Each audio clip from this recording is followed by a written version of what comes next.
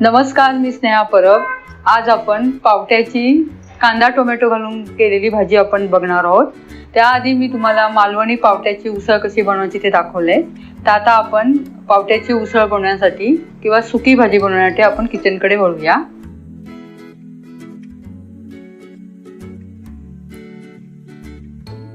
त्यासाठी लागणारं साहित्य आपण बघूया. या इथे मी अर्धा पाव मोड आलेले सफेद पावटे घेतले, ते स्वच्छ धुवून घेतलेत मी. त्यानंतर त्यामध्ये घालण्यासाठी 4 कोकम घेतलेत. कोकमामुळे पावट्याला चव छान येते. तुमच्याकडे कोकम नसेल तर तुम्ही लिंबाचा रस घातला तरी चालेल. त्यानंतर या इथे मी कढीपत्ता घेतले, 5-6 कढीपत्त्याची पानं घेतली. त्यानंतर 3 मीडियम साईजचे कांदे अगदी बारीक चिरून घेतला, मी एवढा बारीक कांदा चिरलाय.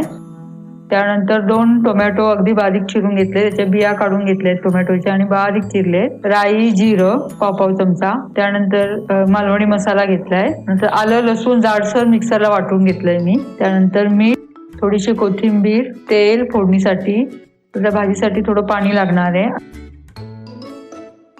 मोड आलेल्या सफेद पावट्याची भाजी करायला घेऊया. इथे मी गॅस चालू करून गॅसवर पातेलं ठेवले. पातेलं चांगलं तापल्यानंतर त्यामध्ये आपण 2 ते 3 चमचे तेल घालायचे.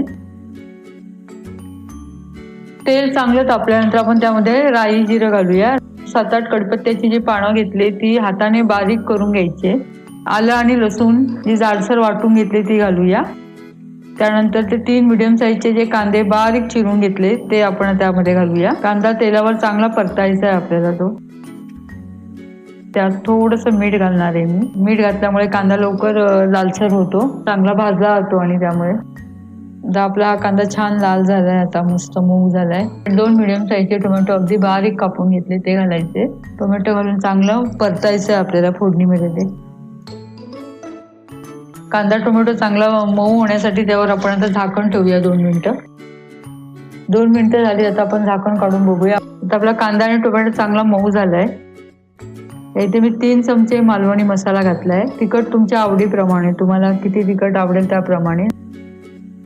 मसाला घालून आपल्याला चांगले ढवळून घ्यायचे. कांदा आणि टोमॅटोवर मसाला चांगला भाजला गेला पाहिजे, चांगला परतून घ्यायचा आहे आपल्याला तो. मसाला चांगला परतून झाल्यानंतर मोड आलेले सफेद पावटे सोलून घेतले ते घालायचे. पावटे घालून आपल्याला चांगले ढवळून घ्यायचे त्या फोडणीमध्ये. ढवळून झाल्यानंतर त्यामध्ये चवीप्रमाणे मीठ घालायचंय. थोडीशी कोथिंबीर घालणार आहे. कोथिंबीर आता घातल्यानं चवीला छान लागते, मग ती फोडणीमध्ये छान भाजली जाते ती. त्यानंतर आपण त्यावर झाकण ठेवायचं आणि झाकणावर आपण पाणी ठेवणार आहोत आणि हे गरम झालेलं पाणी त्यामध्ये घालायचंय आपल्याला शिजण्यासाठी. गरम झालंय पाणी, आता ते आपण तेच पाणी आतमध्ये घालूया. पावटे लवकर शिजतात त्यामुळे जास्त पाणी घालायची गरज नाही, थोडं थोडं पाणी घालायचं. तर झाकण ठेवून आता शिजायला द्यायचंय आपल्याला. ते उभेवर शिजणार ती आणि झाकणावरच गरम पाणी आतमध्ये घातलंय त्यामुळे लवकर त्याला उकळी येणार. 5 मिनिटं झाली, तर आपण बघूया. अजून शिजले नाहीत, अर्धे कच्चे झाले.